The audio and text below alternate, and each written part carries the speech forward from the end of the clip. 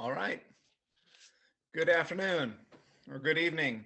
You can call me Nathan. That's my name. I am the research director and advocacy coordinator for the Preservation Resource Center of New Orleans, your host for tonight's online event. And we're thrilled that you have joined us. We started a really robust program of Zoom education courses just about a year ago and have been continuing them in fits and starts to some extent, but pretty consistently for more than a year now. And so many of you have hung in with us and attended multiple of these online lectures and classes and attended our video house tours and other events throughout the pandemic. So we hope that you and all your families are well. And we're really grateful to have you joining us again tonight.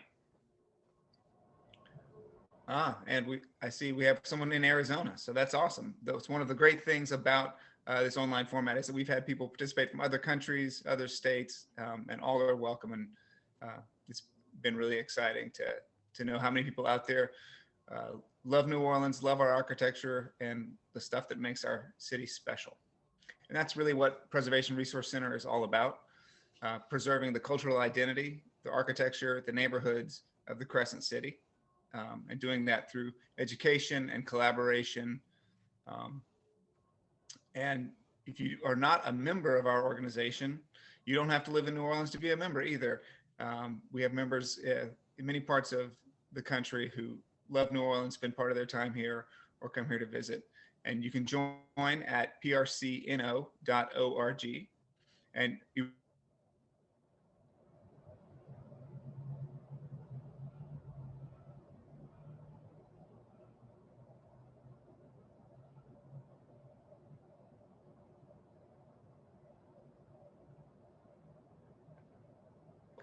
our most recent publication. Okay. And you will find there also our spring fundraiser event, which is the Revival Gala Vant. Some of you know that in 2019, we had a Revival Gala, which funded, amongst other things, our Revival Grants program that benefits residents of Treme that need help with home repairs.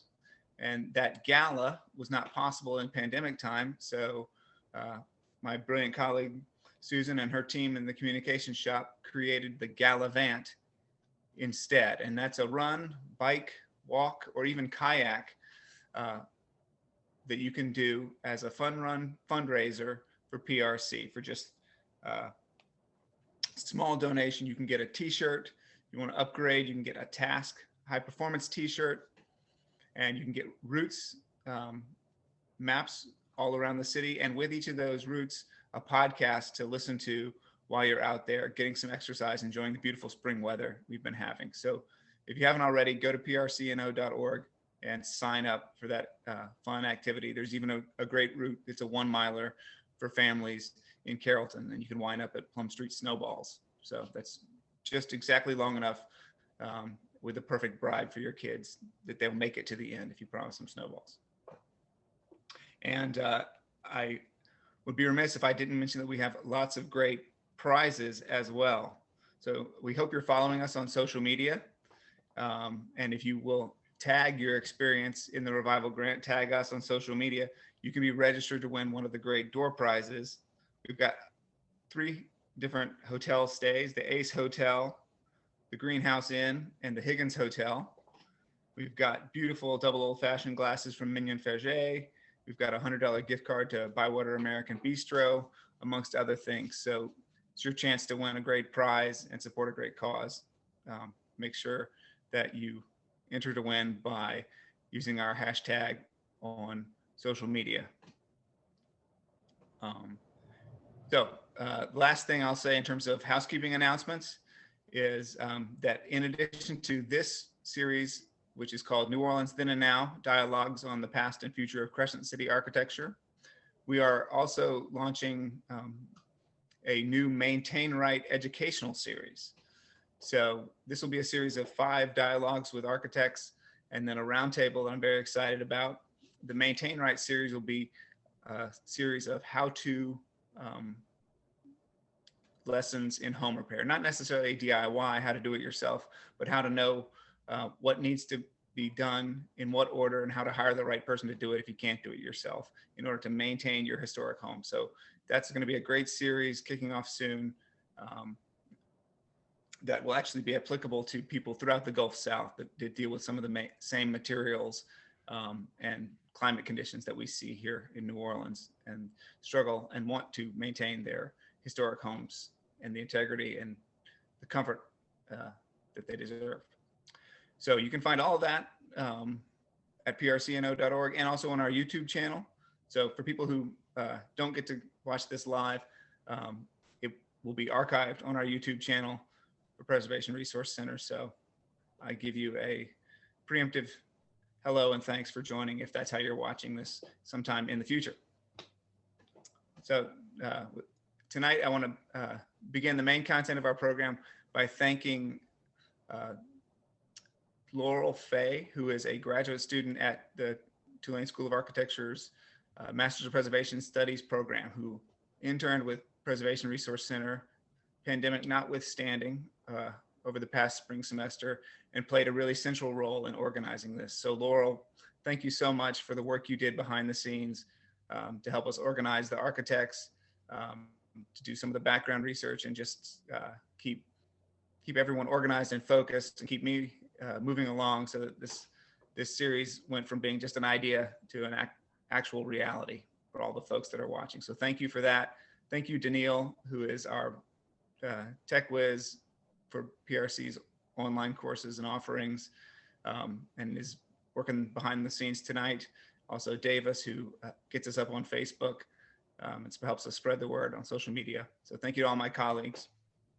And now, first and foremost, or well, last and foremost, shall I say, thank you to our special guest, Alec Adamick, who is the owner and the principal at Adamick Architecture. And he specializes in historic preservation, in rehabs, repairs, and infill in historic districts in New Orleans with that firm. But previously, he also practiced in Boston, and he's going to talk to us a little about that, and in New York, working in large institutional projects and high-end residential projects in those areas in the Northeast. And he came back to New Orleans, having done his graduate work here, or sorry, his undergraduate work here at Tulane. He came back to New Orleans after Hurricane Katrina to be part of the rebuilding here, and really has sunk his teeth into working in our historic neighborhoods, making them better, making housing for more people in those historic neighborhoods. Across his career, he's done a wide variety of buildings, from, as I said, institutional ones like churches and universities, to bars, restaurants, offices. So he brings all of that experience, and he brings a lot of passion for design and a curiosity for thinking about architecture and its place in our society today and how it's evolved over time. So in planning for this, I've really enjoyed just chewing the fat with Alec, and that'll be a big part of what we do tonight, is kind of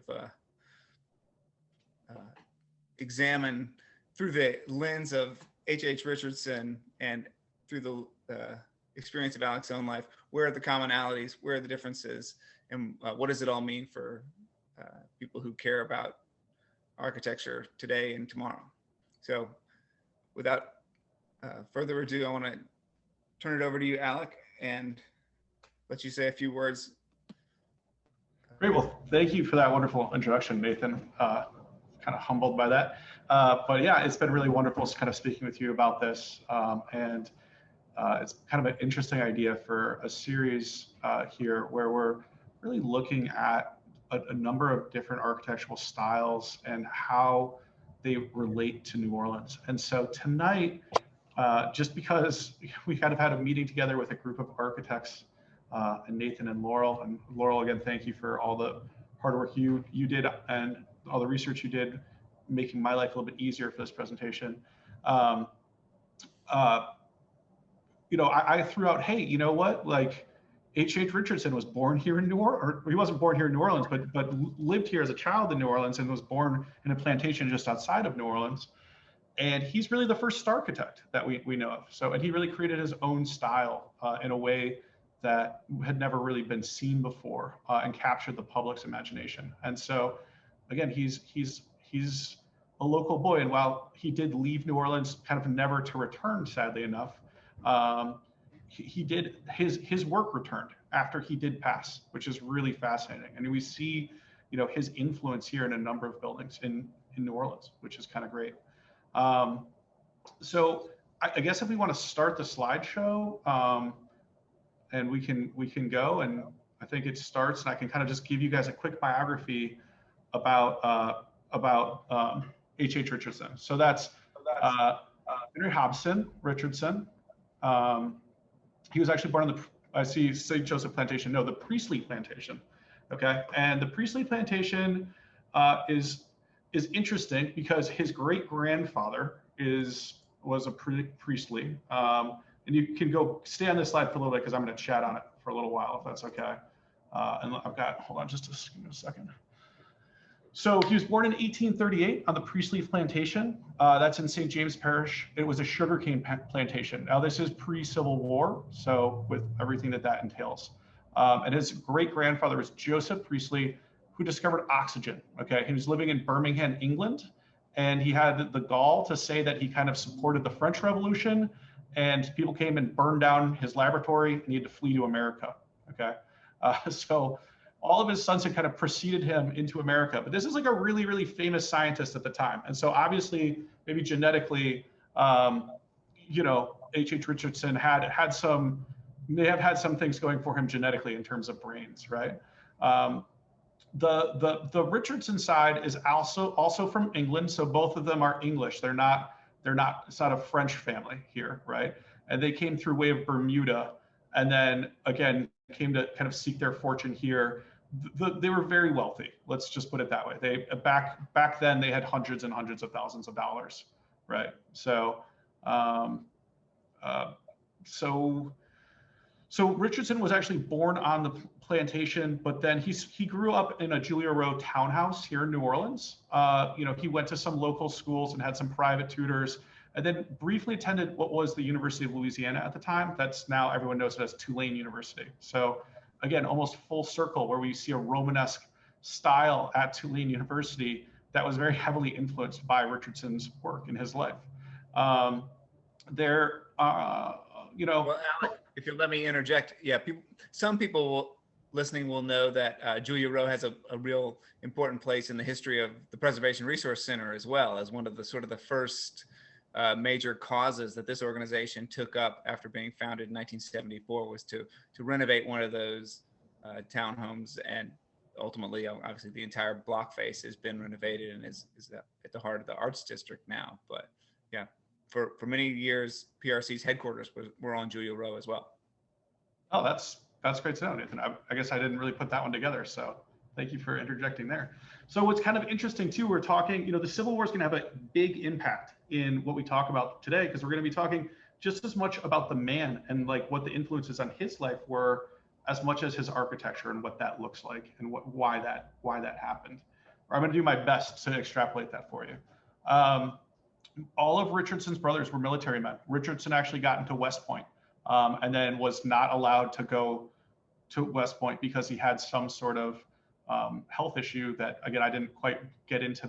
I couldn't quite figure out exactly what that was, but it doesn't matter. So he wound up going to Harvard with the intention to study civil engineering and return to New Orleans. He was very social, very wealthy. Here's a photo of H.H. Richardson. So this is actually one that I think Laurel must have found. So I worked at H.H. Richardson's firm, and so did Laurel, believe it or not. So it's a small world, right? But this is something that I think Rob Roche found, who is like, this is a large firm with 250 architects. They have their own librarian. And I think Rob Roche pulled this out of the basement archives one day. And I think all the architects just kind of loved it and fell in love with it. And you'd see this image on Christmas cards and whatever, just people kind of having fun with it. But it's everyone's favorite H.H. Richardson photo, I suppose. And we could go to the next slide here. There's just a more normal photo of H.H. Richardson here. So You know, effectively, he didn't do like super well in school at Harvard. Like he did okay. He excelled in math, and some of his professors recognized him for his math. But he switched to doing architecture at some point at Harvard. And there's again the scholarly articles that I was reading didn't really delve too deep into that, but he wanted to go to the École des Beaux Arts in Paris, right? And so this was, again, pre-World War II. I think a lot of us think of Paris as being this bohemian student international place, and that just wasn't the case at the time. It was, you know, very rare for Americans to then go to Paris to study at the time, right? So he went over there with two of his friends with the goal of joining this school, right? And this is maybe the best school in the world for architecture. And you know, after about 6 months of being there, all of a sudden, you know, the Civil War starts breaking out. And so he was living in this very Tony apartment in Paris. He had this wonderful library that he had bought for himself. And all of a sudden, the money kind of started to dry up a little bit. And there's a series of letters between him and his fiance. You know, he was only supposed to be in Paris for about 6 months. He wound up staying there for 6.5 years, okay, because of the instability in the United States.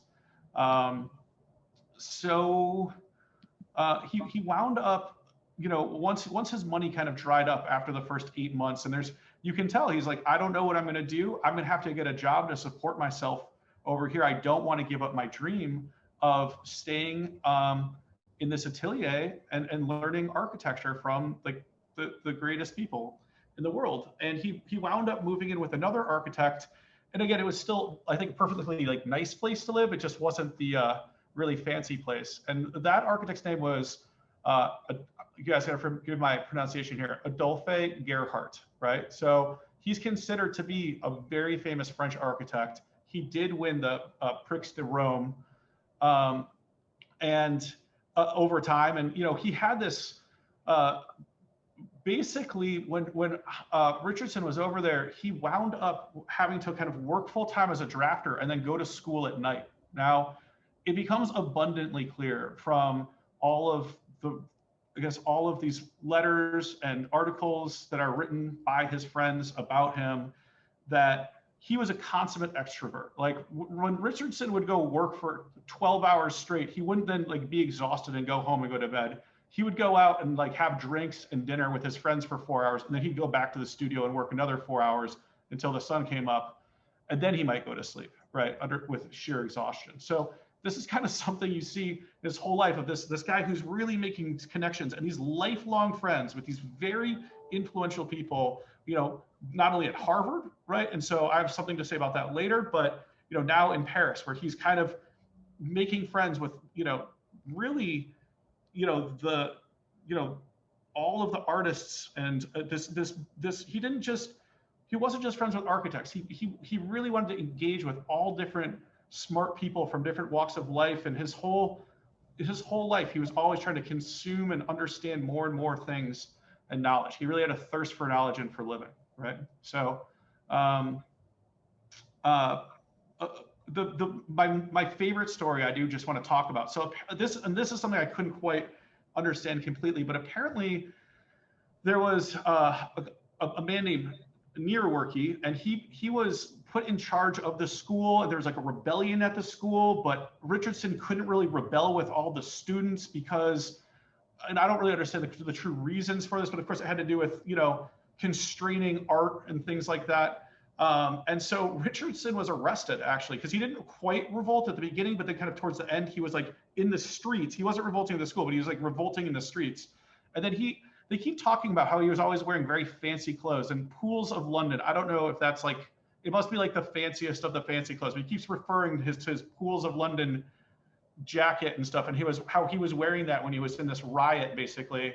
And he got arrested and he went to jail. And because he was so like well dressed, they put him in like a special holding cell with like this guy who was kind of drunk, but they wound up like kind of talking all night long. And then it turns out that, who was that in there? I'm sorry. It was like a really famous French poet, right? So Gautier was in jail with him that night. And so then the guy who the whole riot's over comes down, this man of letters, to go and get Gautier out of jail. And then Richardson talks himself out of jail at the same time. So it's he would tell this story, and everyone loved this story, but it's kind of fascinating. You know, there's a book that I did most of my research from. It's called Henry Hobson Richardson and His Works, and I think it's kind of like the of a lot of like first person letters and things like that. So it was very fun to read to prepare for this. Was that again, reminiscent of you? Was that reminiscent of your architectural education, Alec? So yeah, I mean, honestly, I will say that it was, right? So I'm also a big extrovert, right? And so when I went to school, I did my undergraduate here at Tulane, right? Which is a work hard, play hard school, I would say. It really is. And then I went to Boston to a school called the Boston Architectural College. And so that is a school where you have to work full time during the day, and then you take classes at night, right? Just like he was doing. But I will say this, I would still also go to the bars for a beer or two after class, and then come back and have to work into the early hours of the day, every single day of the week. I mean, I'd say it's pretty normal for me to be doing 100 hours a week in Boston for 6 years. It was pretty crazy. So I didn't realize that, you know, I had that connection with Richardson when I was kind of doing this research. But yeah, absolutely. You know, I could kind of identify with him a little bit, at least. And, you know, again, I think maybe he had more of a vision and a drive than I certainly do. And that's probably why he was very famous. But I think you have to have there's certainly some drive and some desire to do things. Now, I also didn't come from as much privilege as H.H. Richardson did, certainly, right? But it was important to me to be able to support myself after my undergraduate degree, you know, and in my graduate degree. So I thought that was sort of the circumstance that got thrust on him, right? Right, his exactly. family lost all their money after the war, or in the midst of the war. Exactly. So, you know, eventually the war died down, and it was, he decided to come home. Now, again, he never returned to New Orleans, which is kind of sad. And he would talk about it often, how he wanted to go to New Orleans, but I think he became very, very busy. So when he returned to New York City, and his Boston friends really wanted him to come back to Boston. And again, like by going to Harvard, he had made all of these great relationships with very wealthy and very powerful people there that all wanted to help support him. And I think he did actually support him quite a bit. So he wound up going to New York, and he established a practice in New York City. He was staying in a boarding house there. He had sold everything. I think he was almost kind of destitute, but he had his fiance from Boston still. They wound up getting married. I think there must have been some support from her family that then allowed them to settle in Staten Island, right? But prior to that, you know, he was again in a flop house, still wearing his pools, though. He never gave up the pools duds, you know. But there's literally, again, like first person writing of him lamenting about how he's wearing his pools, but he's living in a flop house in New York, you know, which probably was not pleasant at the time, if you think about it. So, you know, this is kind of a guy who had everything going for him at one point, right? And then was kind of reduced by the impact of the war. And I'm surprised I haven't seen any chats come up about how did Henry Hobson, did he support or oppose the Civil War? I would imagine that you guys would be curious about that. So again, from what I could tell, in Boston, he was very diplomatic about it, right? So this was pre-Civil War. Of course, tensions were kind of high, but they said he could kind of move very easily within different social circles, but I don't think he was an outspoken opponent of it or an outspoken proponent of it. And I think that kind of continued into his in Paris as well. Hobson was not, or H.H. Richardson was not he's not necessarily so much of an academic. He really loved, I think, drawing much more than he liked theory, right? And I think that's was made very clear in this biography that I read about him. So when he was in Staten Island, he became good friends with Frederick Law Olmsted. So if you guys don't know who that is, he's probably the most famous landscape architect in all of America, right? So he did the Emerald Necklace in Boston, Central Park, the master plan for Stanford University, you know, and he really launched American landscape architecture. So, and then they actually collaborated over time. So again, just kind of this eventful life, it seems like. And again, knowing and being friends with some incredible people kind of at a young age. And then he launches his practice, and very quickly here. So actually, can we go to the next, that's right, I'll sit down on part two. Let's go to the next slide here. So again, we want to kind of talk about what is an architectural style here. This is literally Wikipedia's definition of an architectural style, but I think it's pretty good to just kind of talk about, because it's when you think about it, it's like, well, what makes you think of a style, right? Like, well, again, it's a set of characteristics and features that make a building or other structure notable or historically identifiable. So a style may include such elements as form, method of construction, building materials, and regional character. And then most architecture can be classified within a chronology of styles, which changes over time, reflecting changing fashions, beliefs, and religions, or the emergence of new ideas, technologies, or materials which make new styles possible, right? So whoever wrote that, actually, in my opinion, did a very good, because I am interested in the theory of architecture. And style has always fascinated me, and particularly how does technology, whether that be technology for building, but also, what are buildings? I was always fascinated by like why we build buildings and like what are buildings for?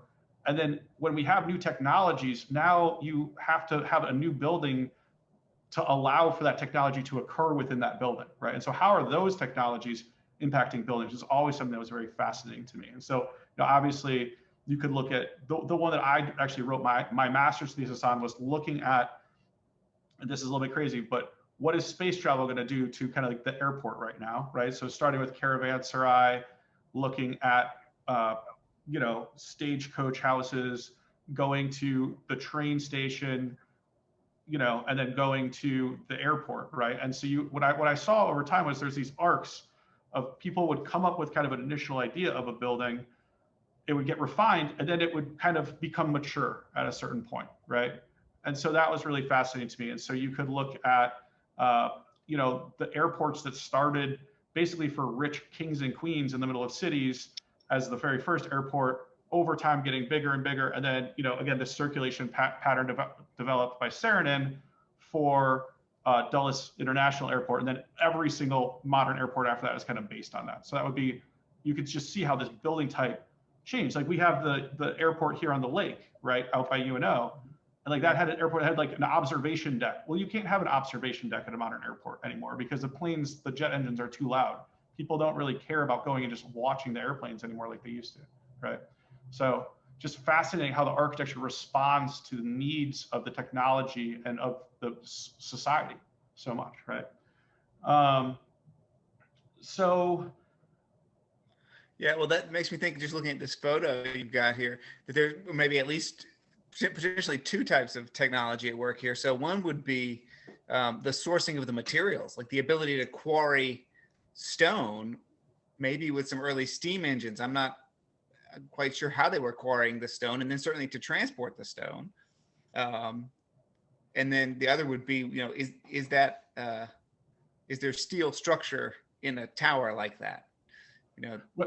Right. And so, what's interesting is there's iron in it, for sure. Right. And this is, again, around the Industrial Revolution, right? So railroads are just occurring when Richardson, and this is important that I kind of skipped over this part, but when Richardson was in Paris, and he was called a drafter, and we kind of think of a drafter as someone who's just doing drawings, but Richardson was actually entrusted with some like pretty important design and stuff when he was in Paris over those 6 years. So people respected him, and he got like a really good job for the French government ultimately, and was entrusted with overseeing like construction of, railroad stations and civic buildings. And so he's very familiar with what was happening with French architecture at the time. And he came back to America, and there's, again, in his writings, he says, I don't want to do what they're doing in France. I want to do my own thing, right? So this photo that we're looking at here, this is Trinity Church. This is located in Boston, in Copley Square. And it's, what's really interesting here, and you can't see this contextually, is like when you're down in Copley Square, that's like right by the Back Bay. And I used to live literally 3 blocks from this place, but it's all built up urban city. When this was originally built, there was a museum next to it, but it was this kind of odd site, and there's really not very much around this. Like the streets were still being kind of gridded out when they kind of set this lot up. And this is kind of the building that everyone says that basically there's like pre-Trinity and post-Trinity in H.H. Richardson's career, right? Where after this, everything he did was put together and his style was truly, truly refined, okay? So again, I just want to kind of briefly go through what Romanesque and Gothic mean, right? So again, there was not even a concept of such a thing as an architectural style in architectural theory, or there wasn't even that much architectural theory, right? It just didn't exist. There was no writing about this until the 1800s, all right? So Romanesque and Gothic, again, were kind of coined to describe these architectural styles. Again, it's how do I even put this? You know, there's kind of this art like Romanesque like precedes Gothic architecture, right? In that, you know, Gothic is much more ornate, and you have the Gothic arches and all that. That's a technology that then created all this Gothic cathedrals and stuff like that. Prior to that, everything was much heavier and fatter, and that's kind of that Romanesque stuff. And so the Romanesque is kind of this confluence of architecture coming from the south of Europe, and then kind of meeting the stuff from the north of Europe, especially kind of through the Norman area of France, right? And so you see a lot of that. You also see it in southern England, right? But it's kind of typically seen in basically castles and churches. And that's like really the only 2 building types to apply a Romanesque style to at the time.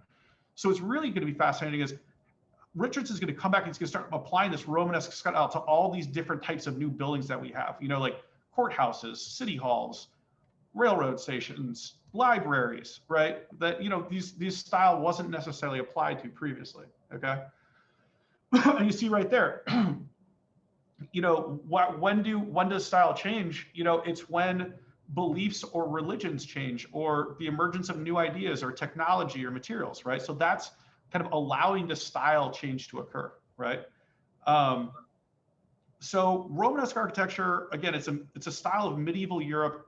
I have some notes written down, so I'll just read these to you. Characterized by semicircular arches, there's no real consensus for the beginning date of the Romanesque style. Some people say it's from the 6th to the 11th century.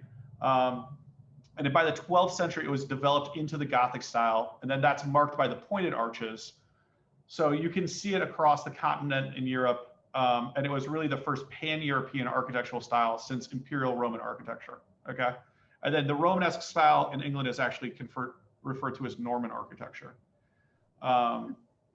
So I don't know, Nathan, do you want me to kind of keep going down that rabbit hole of the technical stuff about this, or should we just kind of keep moving? Well, I think we can keep moving. I mean, one thing that people listening might help people understand that how the terms are used in terms of architectural type versus style. We talk about when we're doing very basic architectural education at PRC, including with kids, is that you can have a type which would be like the shotgun house or the shotgun double, and that shotgun double might have a style like neoclassical, where they have given it Doric columns, or they've put some applied ornament that looks like an architectural frieze along the front, wreaths or garland or something.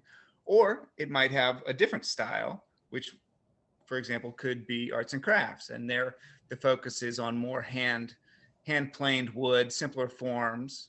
Or it could have the late Italianate bracketed shotgun style that's so popular, where the focus was on machined millwork and elaborate brackets. But it's basically the same type of building. It's a shotgun double, and it's wearing different clothes, and that clothes is kind of the style, but the type is the shotgun double, and that's dictated by many things, including its practicality and also the lot sizes that we have in this city. Now. In terms of infill development, we're still building shotgun doubles and shotgun singles because we've got lots that were long and skinny. So that's one, just as an aside, one way people might think about architectural style.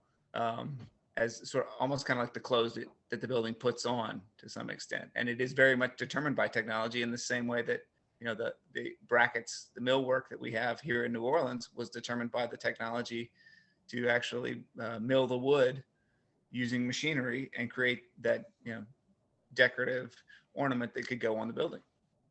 Right. That's a great, yeah, that I think is really helpful to point out. Thank you, Nathan. So I think we can go to the next slide here. So what is Richardson Romanesque, right? So here are his two most famous on the left for sure, and then one that I really just kind of like a lot on the right there. So that is Trinity Church. Again, we just kind of talked about that, and I've got some more photos of that for you guys later, okay? And again, that's really the building that made him famous. He moved to Boston from New York after that, and then set his practice up there and kind of dissolved his partnership. And, you know, a lot of his work is then done in kind of like Massachusetts and New York. And then the Allegheny Courthouse is the one that he really considers his masterpiece. And again, there's a lot of lamentation because he knows he's dying. He died very young at like 47. And he just said, oh, if only I could live long enough to like see this building be completed, that would be enough for me. And unfortunately, he did not. And then the other one is the Ames Memorial Hall and Ames Free Library in Easton, Massachusetts. And so this one is really cool because it's set on that rugged site you can see there with like the rocks. And he actually worked with Frederick Law Olmsted on that project. And I mean, I don't think I've ever seen this in real life, but I think the next time I go to Massachusetts, I'll be taking a trip to it because it just looks so cool to see, and it's kind of fanciful.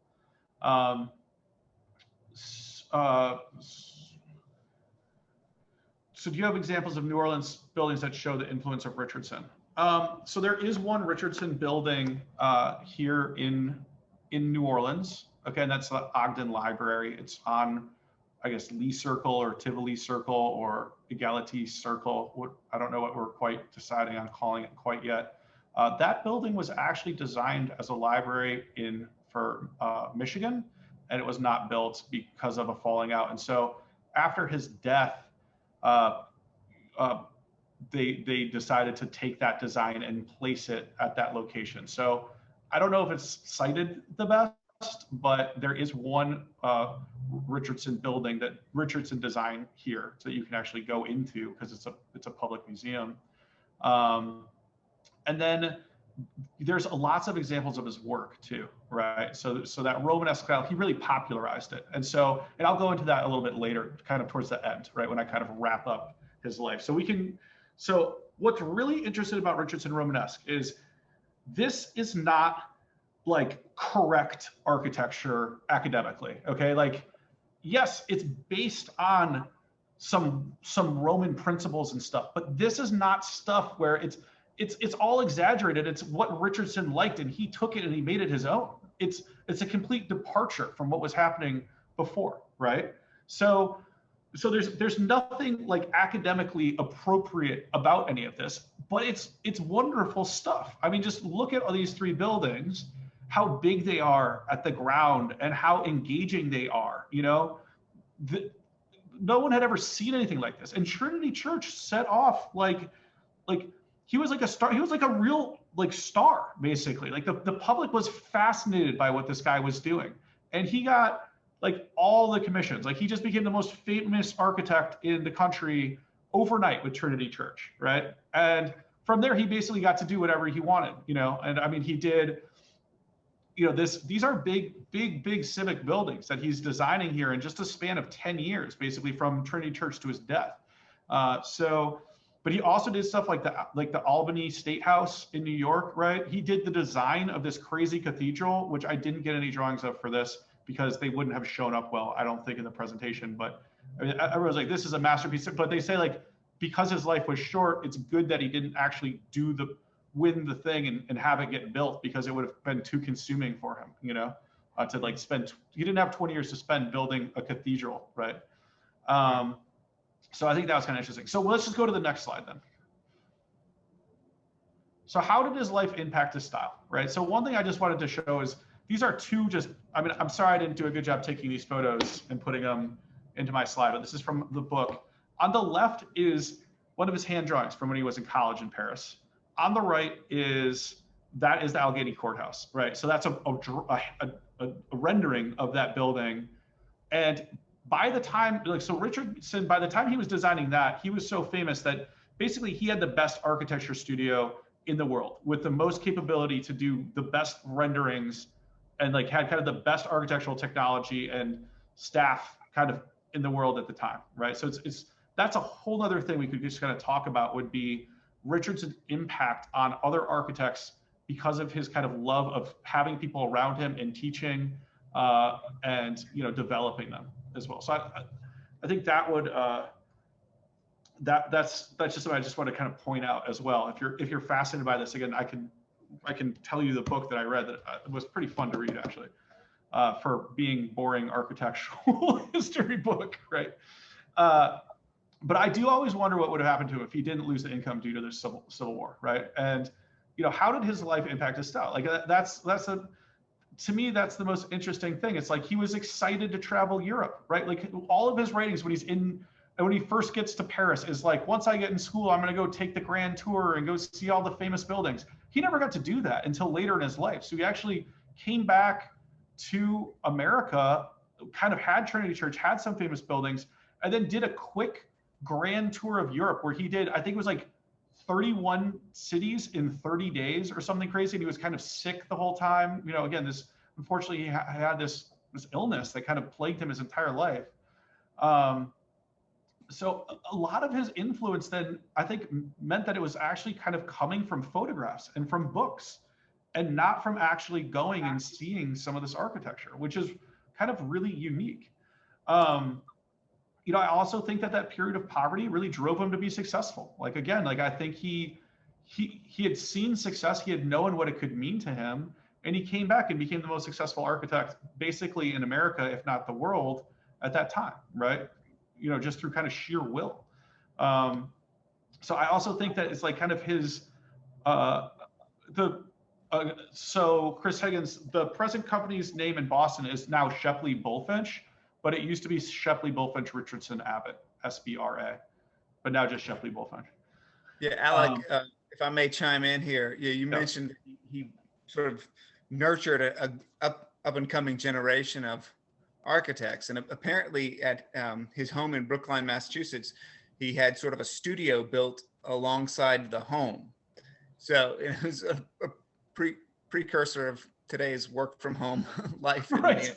Enjoy. But yeah, he sort of had his own atelier there with, he was young architects, draftsmen, that he could, walk from his family to there. But I will put into the chat for people that are interested, that home it's been altered over the years, remained in his family until recently, but now is actually threatened with demolition. So Historic New England has been advocating for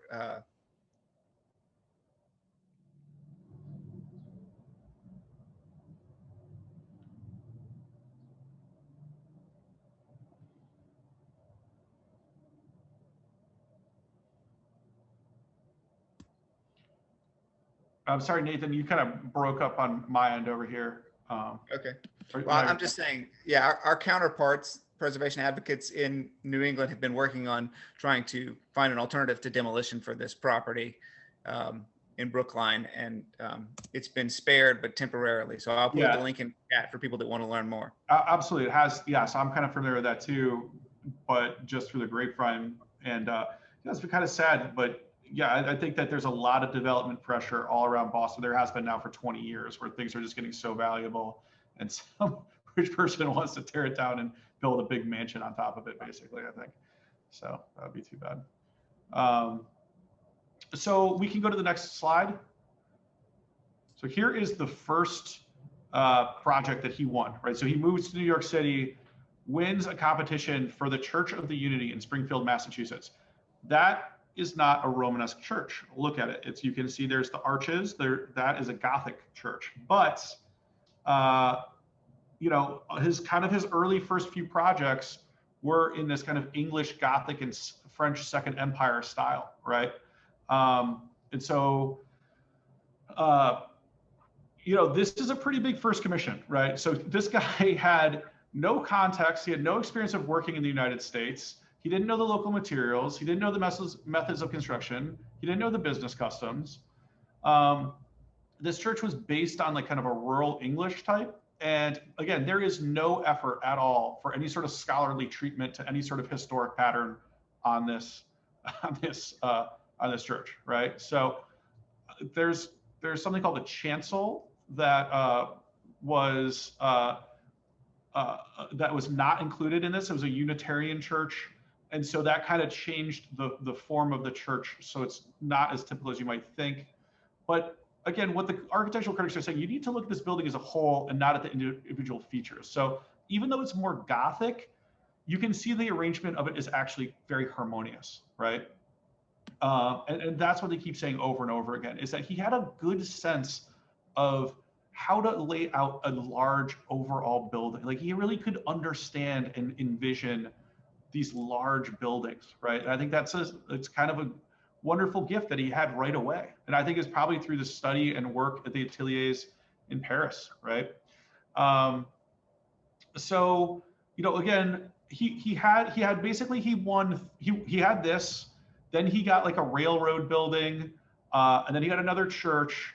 And after that, he partnered with a more experienced architect named Charles D. Gambrill, okay? And really, I think Gambrill was kind of the business side of it in this early work. You know, I think I think Gambrill saw the genius of H.H. Richardson. And I think he kind of, it seems to me from like what I was reading that he really took care of the business sides and allowed Richardson to really start focusing on the design, right? So, and yeah, I'm just looking. Yeah, I'm perfectly happy to share my email address. No. So a style refined is my next slide. If you want to just go to that one, right? Next slide, please. Thank you. So again, here's some more images of Trinity Church, right? So again, you could probably just have a lecture on just Trinity Church if we wanted to today, but that's not what we're trying to do. What's really fascinating when you start reading and looking at the original drawings is how much of a departure the built work of Trinity Church is from the initial drawings that won it. And Richardson himself couldn't believe that they allowed him to kind of go, you know, that he wouldn't, I'm sorry, I was getting distracted by the text there. Richardson was shocked that they let him do that as much as he did too. But this is the building that made him famous. And you know, after this project, he really didn't want for work. So if you guys want, I can read, you know, what an architectural critics wrote about this. Maybe that's kind of helpful, right? So sure. This was built from 1972 to 1977. The general vertical massing and polychromy revealed traces of high Victorian Gothic, but the strong geometric order and the French Romanesque ornament motifs were new. The tower would have been taller and more inventive, but structural problems due to the spongy soil of Boston's Back Bay necessitated a shorter tower. So it was decided to pattern the lantern of the tower after that of the Cathedral of Salamanca, Spain, so that to many observers, it seemed that Richardson had added a new style to the repertoire already in use, and that he had made reference to specific historic monuments especially desirable. Such a revivalist assessment, however, completely missed the continuity and unity based on a carefully studied plan that were Richardson's most important contributions. Now, that Salamanca tower thing is really, really interesting because Richardson was actually like so sick that he's bedridden, even when he's doing Trinity Church, right? And he had been in bed for like a week. He couldn't figure out the tower and he was getting kind of sicker and sicker. And one of his friends from Europe sent him some photos of this cathedral in Salamanca. And he looked at it, looked at these photos and had like an epiphany. Now, if you look at the tower side by side with Trinity Tower and Salamanca Tower, it's a completely different, you know, form. You can see the influence, but Richardson, once again, he made it his own, right? And that's what he's doing over and over and over again. It's not academic. It's not copycat. He's finding inspiration in something and he's transforming it into something of his own, right? And so that's where you get from Romanesque to Richardson Romanesque, okay? We can go to the next slide then. So this is some interiors just of Trinity Church that you can see too. again, it's beautiful. You know, of course, I've been in there before many times. I've sketched it. It's fun. Copley Square is a beautiful place in Boston, and I'm sure many of you guys are probably familiar with this building. So we can just go to the next slide too. Okay, Allegheny County Courthouse. So again, this is the one that he really considers to be his masterpiece. He also really liked a building he did at Harvard, one of the Harvard buildings. Okay. So this is the one where he, again, I was saying like, he would lament that if only he could live longer to see this get built, it would make him happy. So what makes this building kind of unique, again, is that that there's a central courtyard in it. And apparently that's like a very, very, I guess everyone thought that like the kind of the floor plan alone for this thing is like really, really like well done. You know, and I've actually never been in this building, but again, it's actually a jail and a courthouse, and then it's linked by this bridge, which is really pretty. And I'm kind of regretting not having a photo of the bridge, right? And that bridge is based on a bridge in Italy. This building design would have been after he went to Italy, so that's kind of interesting. Could that have had an influence on that bridge, right? And again, so the critics say more attention is given to the details carrying the massive round arches and the dormers of the corner pavilions. Particularly impressive is the tall tower, yet despite the building's size and many elements, everything works together for the benefit of the whole and no part becomes discordant. Okay. And again, this is Richardson's vision, right? Like this isn't, you know, necessarily based on anything. It's a jail and a courthouse, but it looks like a cathedral at the end of the day. I mean, look at it, right? So it's very interesting. Do you know, are there any even bells in the tower? Is there a campanile? Is there any purpose to that other than aesthetics? No, great question. I don't know the answer to that, you know, but you also have to think, you know, he's basically, you know, lived through the Civil War, right? And then he's like living in France where, you know, it's very pro-democracy, and, you know, there's the riots in the streets with the students and stuff like that. And kind of like this, you're having this change, I think, in these upheavals of society at the time. And, you know, when you're kind of taking government buildings and making them, and kind of taking the power of the church and then putting it into the power of the state through these government buildings, you know, like that's interesting. That's not something I really thought about for this lecture, but it's the cross just kind of, or the thought crossed my mind when I was looking at this stuff. And again, I feel like that could be, someone could probably write an architectural thesis about that one, you know. I don't know if we're going to get there today, but let's go ahead and look at the next building that I just wanted to kind of bring up too. So that's the interior of that building. It's beautiful, right? Very, very, very pretty. And we can just go to the next slide. So this is interesting. This is the Field building in Chicago, right? So that's Mr. Marshall Field had H.H. Richardson design this building for him, right? It's basically a single huge block, right? But Richardson had this is kind of the first time you see this uninterrupted rhythm of arcades along each side, right? So he's using the surface of the granite and the brownstone masonry to provide a visual interest, basically. And then, so it's really simple, but it's also demonstrating that a large commercial block, you know, could be really expressed as a single integrated unit. You know, this is in Chicago, and, you know, this is basically, this is, I think, extremely influential on the Chicago School of Architects that kind of come after this, like Sullivan, and you can just see it here. Like this is the start of all of these big, you know, skyscraper bases that, you know, become very popular in Chicago after that, right? And everyone always talks about the World Fair being so influential in Chicago, which of course it was, but I think that this building probably also had a lot of impact on those architects there, right? And I think, you know, again, a lot of architectural critics will say, like, this building is distinctly American, right? So, and that's new. Like, that's that hasn't necessarily happened before, right? Yeah. Again, this I think could just be a subject of its own lecture at that point. So I don't think we need to delve into that. So why don't we kind of wrap up? I know I'm going to go over here, but let's do end of life. So again, he died at 47 from kidney disease. So it's kind of sad. Never returned to New Orleans. You know, the only building we have of it here was built after his death, the Howard Memorial Library in 1888 on Lee Circle, right? But what happened was that he went to Harvard, and he did a lot of the university buildings at Harvard as well. And so all the universities in America looked to what Harvard was doing, and they saw these new Richardson Romanesque buildings being built, and they kind of started emulating it all across America, right?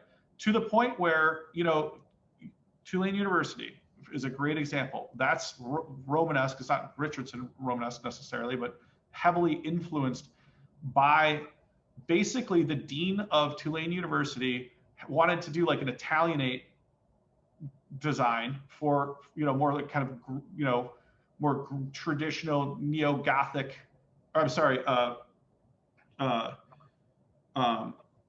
neo-Gothic, what is, Nathan, help me, I'm trying.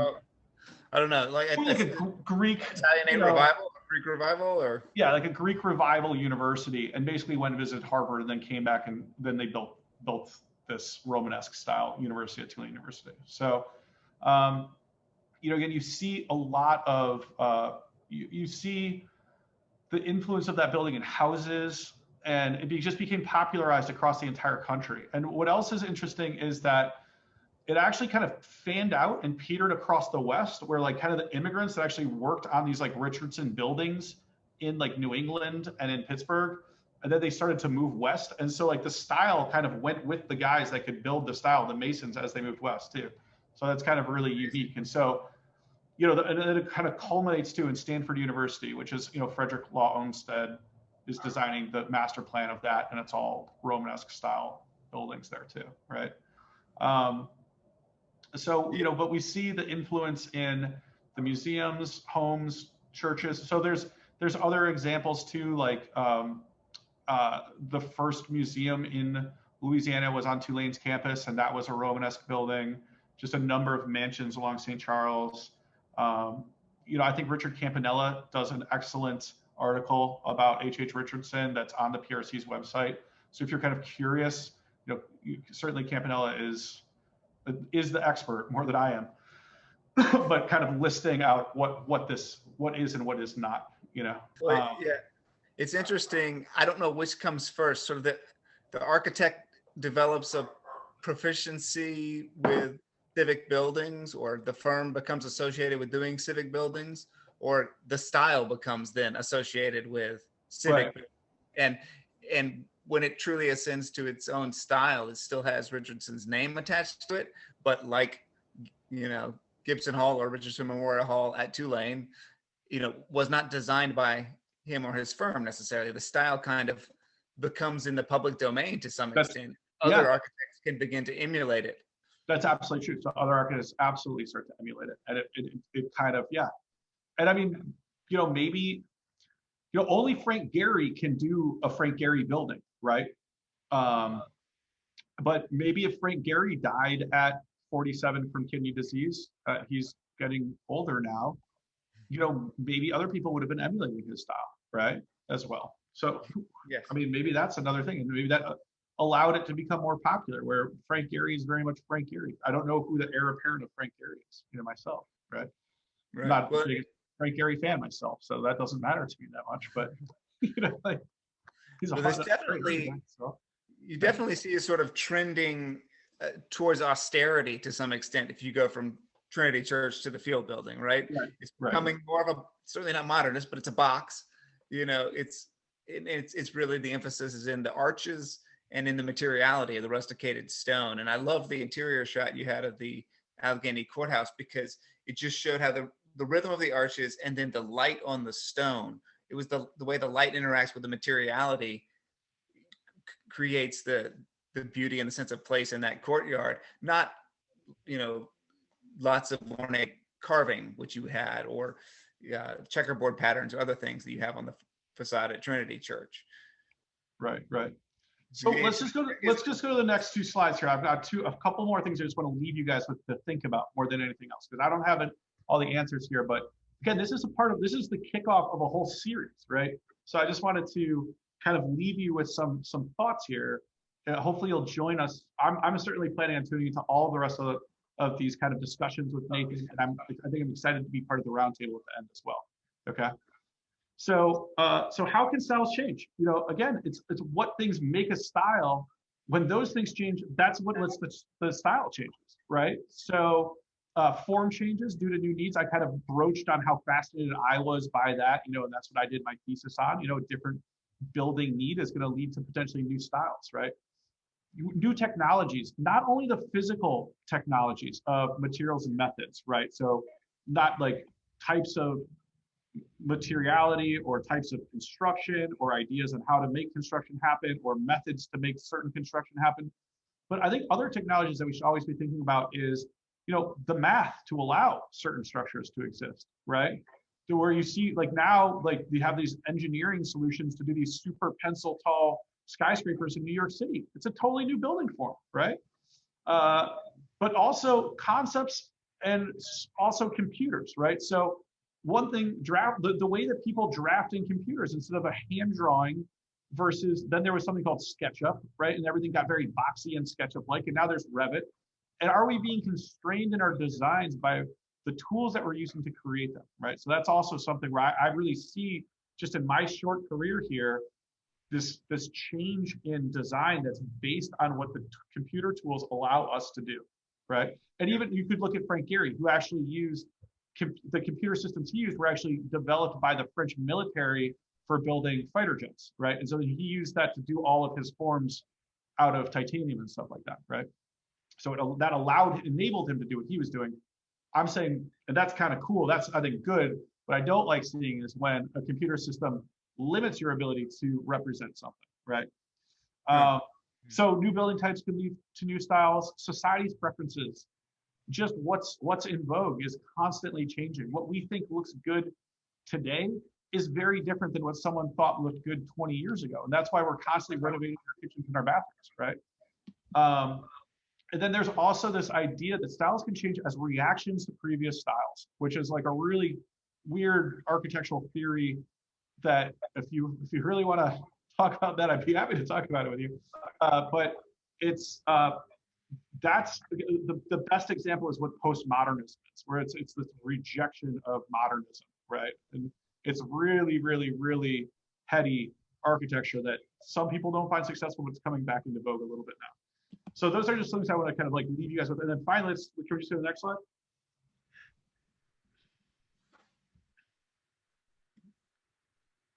All right. Does New Orleans have a style? I don't know. Maybe, I think what's really fascinating that what we can absolutely say is that New Orleans has a rich history of architecture, right? Especially for an American city. But what does that mean? So again, this is what Nathan was alluding to earlier, was this idea of styles versus form, right? And these styles kind of fall in and out of favor, right? So it's like Greek revival to Italianate to craftsman. That's something that I think all of us might be kind of familiar with. We also have like the kind of the Spanish French Quarter, the American townhouse, and the CBD. Our streetscapes are probably pretty heavily influenced by the French, right? Well, but that's not necessarily a style yet. Or so I think it's going to be interesting watching these other architects kind of build upon this. I hope that they really I really look forward to the final discussion about that. And I would also say, thank God for the historic districts and the work that the PRC's done, right? Protecting a lot of this rich history, right? It could have easily been destroyed, in the revitalization of the progress, even after, Katrina. So we're left with this kind of beautiful building stock. And I always think it's really interesting, like, how does that impact your average New Orleans citizen on a day-to-day basis? What does that do by living here alone? How does it feel to live here, right? And so I think that's really interesting. Is our style, does it have to be ornamentation on a building, or can it actually be a feeling that we have here? I don't know, like who's to say, right? I also just wanted to briefly touch on, Tulane University, how it's modeled itself on these Richardson Romanesque, but that's not what's necessarily being taught there at all in any way, shape, or form, right? So I don't know if you guys know this, but each architecture school really has a known curriculum. So you might go to MIT to look at materiality. You might go to CIT. Again, though these are the IT ones. You go to Harvard GSD to be a designer. And Tulane is very much more in that. It's really considered a design school, right? Although now there's this preservation degree there too, right? So, a lot of my, one of my current employees has the design, the preservation degree, and two of them had it previously.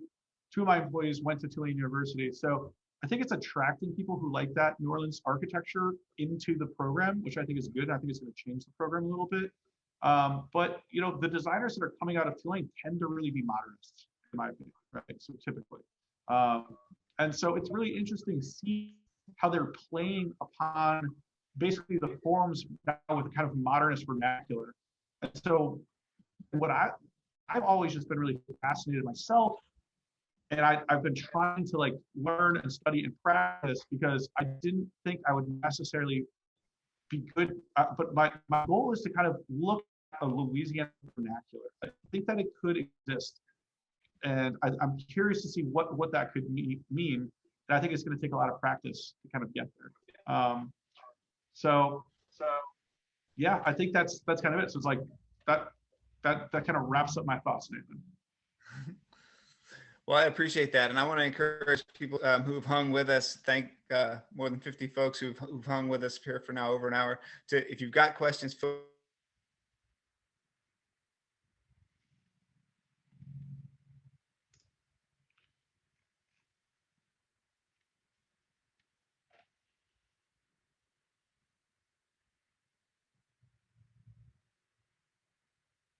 in the Richardsonian Romanesque style. So Nathan, I'm sorry if you asked me a question there. My sound went out there for a second. Okay, well, it might be my audio is not cooperating. I'm on a hotspot, but sometimes it's hotter than others. So I would say I put some information in the chat about the house at 4717 St. Charles, which was designed by Favreau and Livaday, according to an article that I linked there as well. And also want to let folks know that one of the attendees with us tonight, Mr. Dennis DeWitt, lives in Brookline, Massachusetts, and has been involved in the efforts to preserve Richardson's home there and see that it's not demolished, along with some other adjoining properties that have some Olmsted associations. So he says, if you want to get involved, you want to learn more, that you can email me and I'll connect you with him. So I'm going to put my email address in the chat there.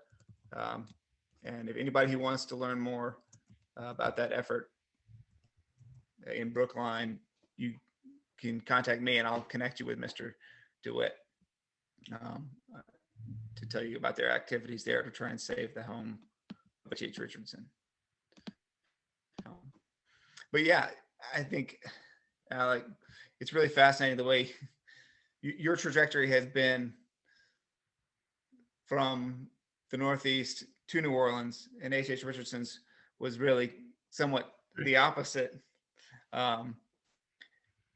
And you've had, I guess, the privilege of modern travel and being able to go back and forth in a way that he didn't, at least until he was old enough and wealthy enough to be able to afford the grand tour and then go see more of those things.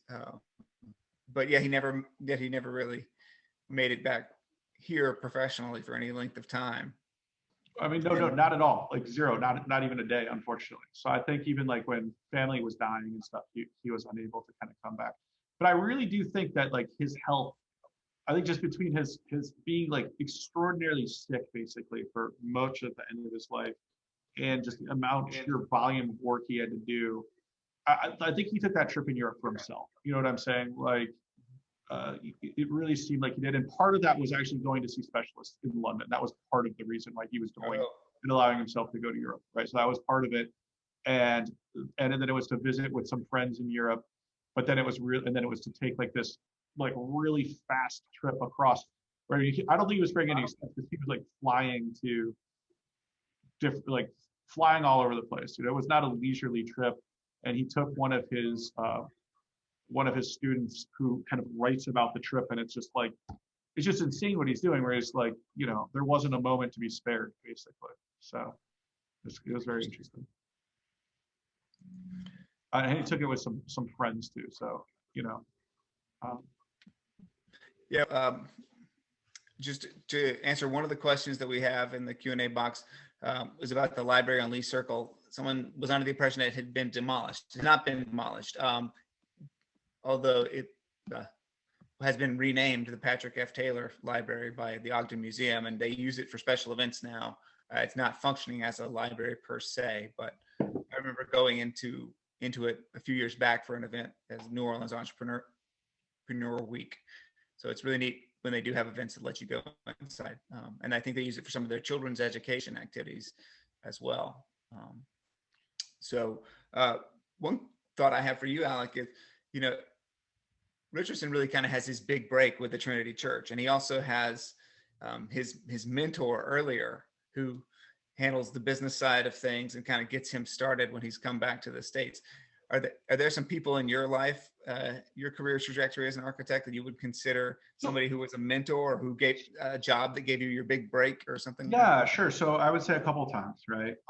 In Boston, certainly, I lucked out at my first job too. And I went and worked for Shepley Bulfinch, Richardson Abbott, and I kind of lucked out into this really cool job where I got to do a lot of working on the job getting stuff. So working with the designers at the firm to like develop the presentations to go get the work, and even then to maybe develop a little bit into schematic design if it was achieved. So it was kind of the fun upfront part of going after the competitions. And that was great. And there was Ralph Jackson there, kind of took me under his wing and really allowed me to do a lot of his design work for him. So he was a fantastic designer.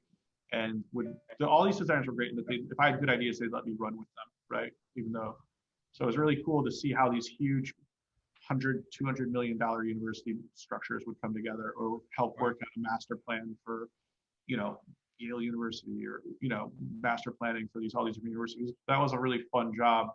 And then there was a woman named Cindy Lee who worked at Shepley Bulfinch, Richardson Abbott, who was just a really great mentor to me. Where once I went and actually kind of joined a team, I think she really taught me how to be an architect. You know, like she really took the time to explain things to me, show me how the actual practice of architecture was being done. So one of my friends here said, you know, he was like, your job's cool, but you're never going to be a good architect unless you know how to do construction documents. That was like literally the worst advice anyone had ever given me, I'd say, because my job was cool and I should have stayed with my cool job. But it did make me, ultimately, he was right. You know, it did probably make me a better architect overall by doing that. You know, I wasn't really getting into the nitty gritty of construction documents until then. You know, I think the other one was probably my wife here, where you know, again, she owns her own business, and so kind of watching her develop, or you know, made me realize, you know, this is something that I could take a risk and do to start my own firm, right? And yeah, that was interesting, and it's, you know, certainly been it's been a challenge running the firm. And I do feel like in the last 2 years now, we've really kind of established ourselves, and we have more work than we can do. So it's really been wonderful, you know, having just really good clients, including Danielle at the PRC. So it's been a great cheerleader for us. Thank you, Danielle. But yeah, it's been kind of a journey, and you know, honestly, Nathan, I say I'm going to keep my nose down and keep working as hard as I can for a few more years and see where we wind up, right? That's all you can really do. That's great. Yeah, it's interesting thinking about that. You know, when you go to school for architecture and design, presumably you don't get a lot of classes unless you choose to have a business minor or a business degree in how to start and run a small business, or how to do the marketing and some of the other stuff that comes along with having your own firm. and I think that's true across a lot of professions, right? I mean, a lot of people in medical space might actually be small business people as well, you know. So yeah, there's an element of how to actually do the day-to-day that you do have to learn, that they don't teach you in grad school, that you maybe not think of as the core function, but it's when you get to that point of having your own firm, your own business, that you can kind of establish your own style and certainly focus on the type of projects that you're most proficient at or most interested in, because as long as you're working for somebody else, you know, you're kind of working under their brand, so to speak. Yeah, that's interesting. And I mean, I feel like even now, it's, we've been in business, I guess, for 6 or 7 years, and it would be nice to maybe be sometimes a little bit more choosy on some, like, oh yeah, like that'd be awesome. Or I've always said, hey, I'd really love to be entering competitions. One thing that I think is really sad is that almost all of these projects that Richardson is winning is through a competition. And that's not something that really occurs, I think, anymore in America, right? So there is these competitions, but to join them federally, they've kind of, the big firms have monopolized them, and you have, it's rare when there's kind of an open architectural commission, but at the end of the day, some of these open commissions have pushed architecture forward, and I think that we're kind of missing something by, now if like a university is going to have a RFP, they might send out an RFP to 20 firms that have done tons of university buildings, of which they'll pick 3, of which they'll award this project to. But I think that's a shame. I mean, I don't understand why you might not just allow anyone to kind of enter the RFP, and come up with interesting and new designs. And I think it really hamstrings the profession that we're not doing that. I mean, literally every single, like, all of Richardson's projects were won on, like, the majority of its work was won on as an award, or it was a design competition, right? So I'd like to see more of that. And of course, it's a huge effort, though. Even when, let's say, for instance, this year we did an RFP for a big historic preservation project here, right? It was gonna be like $20 million construction budget. The fee for us was hundreds of thousands of dollars, right? It took me so many hours of time to do it, and I was up against, two other firms, right? Just so 3 firms were competing, right? So I really spent a lot of time and energy, and that's difficult for a small firm to have those resources, and to shoot that shot. And I took my best shot for sure. I didn't get it, and that's okay. I'm still friendly with the person who owns the project, but and you just live to fight another day, I guess, right? Yeah. So, but like we haven't had that big breakout project yet, in my mind. Not quite. We'll see. We've had some really wonderful ones, though. Some cool stuff coming up on our website soon. That's for sure. So. Thanks. Yeah, and if people want to check out some of Alec's work, his contact information is in the chat box, and it's Adamick Architecture, ADAMICK Architecture. So yeah, you should definitely check it out. And I've seen many of Alec's projects go through the HDLC approval process, so I've become familiar with a lot of his work, watching him work through that process. Yeah, and I'd be interested to know, I know we're coming up on almost an hour and a half, so we'll end it shortly, but do you think that the process of working in historic districts, you mentioned that it's probably taught you a lot about New Orleans styles and New Orleans historic architecture, but do you find it also constraining in some ways? So I actually kind of love it, myself, because I think that there's an opportunity. So what's really interesting, if you think about it, like with Richardson Romanesque, where he's taking almost like the Romanesque style and like not saying strictly academic to it and kind of making it its own thing. The HLC would hate that. You know what I'm saying? Like they would say, oh, no, absolutely not.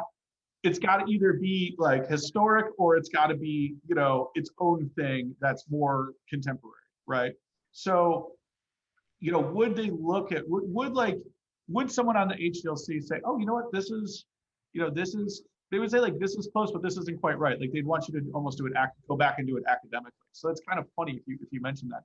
But no, I'm a big proponent of the HDLC. I wouldn't want to work for the HDLC. I think they have a very extremely difficult job, in my opinion, because I think they're just, you know, kind of overstaffed. I'm sorry, understaffed and overworked a little bit. And I think it's probably a challenging job. And you get people that don't really understand the process and get frustrated by it. And that's probably frustrating to them too. But I really do feel like, you know, I've had discussions with homeowners where they're like, I should be able to do whatever I want. And my family's owned this piece of property for 3 generations now. And I, you know, again, I just kind of think to myself like, well, that's what law is though, is like we give up certain rights for certain protections, right? And so whether that's, you know, the right to, you know, be a menace to society for the protection of the police, right? Like, it's the same thing with architecture. Like we give up certain, you know, rights to just be able to build whatever we want, but then we live in this really wonderful place that's been protected a little bit, right? I think that's the whole point of law. Usually when you're arguing with someone about that, they don't agree with that. So it's also, that's just my 2 cents on that. I don't think it's constraining. I do think, I mean, certainly I could go into the nitty gritty of what I think works well and what I think doesn't work so well at the city. But I would say some other, the HLC I think tends to work very well in general, right? And that there's other things I think are a little bit more onerous on people, like conditional use processes and like zoning adjustments, BZA hearings, which I think are challenging because they're just, it takes a huge amount of energy, capital, and time, and potentially risk to move things through those types of processes in our city. But I know there's typically when developers come here from another town and then you work with them for the first time, they are shocked at how well our city hall functions. Like, you know, and I was too, I have to say, after working in and practicing in Boston and in New York City. I mean, New Orleans is well, it wasn't that great prior to this one-stop application, but kind of once they got that in there and operating, and about, I guess it was about 10 years ago, where everything kind of went digital, it's really been kind of awesome. I think it's a pretty effective way to move things forward relatively rapidly here. So, well, that's great. That's good to hear. Yeah. We will close it there because we've had, you know, someone endorse effectiveness in New Orleans government, and that's, you know, there's a bad habit I think in this town of naysaying and complaining. But yeah, it's wonderful to hear that you know, someone who actually, you know, is working on a day-to-day basis with safety and permits and HDLC sees a high level of functioning there, and at least a good level relative to others, even larger cities. So yeah, we work a lot with those folks, and we know that they work really hard to keep the stuff that we all love about our city there for generations yet to come. So thank you so much, Alec, for the energy you put into the research on this and the thoughtfulness. And I really look forward to our roundtable discussion on, you know, the future of New Orleans style.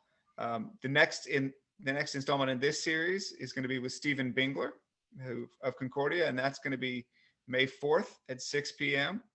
That concluding roundtable is May 25th at 6 p.m. So you can go to prcno.org to get the full schedule and to RSVP for other installments in this series. And as I said, you go to YouTube and watch past events, and these events will be archived there as well. So thank you everyone for joining us. Thanks Laurel, Daniil, the team behind the scenes, and especially thank you, Alec. Everybody have a great night. That was fun. Good. Bye.